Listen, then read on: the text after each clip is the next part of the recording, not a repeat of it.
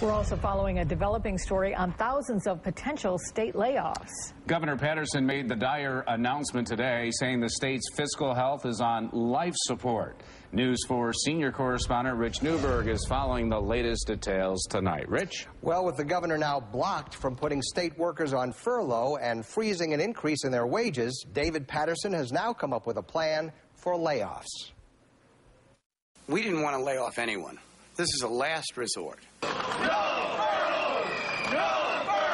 The state's unionized workers, successful in blocking the governor's attempts to force concessions from them, are now hearing that he will move for layoffs to take effect the day he leaves office. It takes a long period of time to schedule the layoffs, so I want this ready to go on January 1st so that the next governor has this option. Union reaction was predictable. We think the governor's energies are misguided, instead of concentrating on extracting pain upon the state employees. He ought to be concentrating on cutting waste and making government more efficient.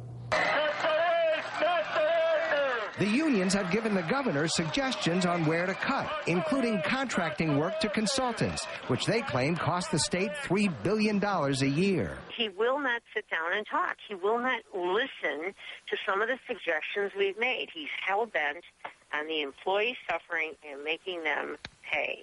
State lawmakers on Friday passed the governor's package of early retirement incentives for state workers.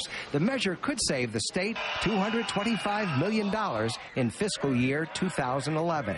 You ought to let the incentive take a chance first, take its course, and come back to us and say, if we still need 25 million, 50 million, then let's talk about it. The governor's spokesman, Morgan Hook, charged that union leaders are more interested in standing on principle than protecting the jobs of their members. The number of layoffs may be determined by how many state workers take early retirement. And I'll spell out the early retirement terms coming up at 6. Reporting live, Rich Newberg, News 4 at 5.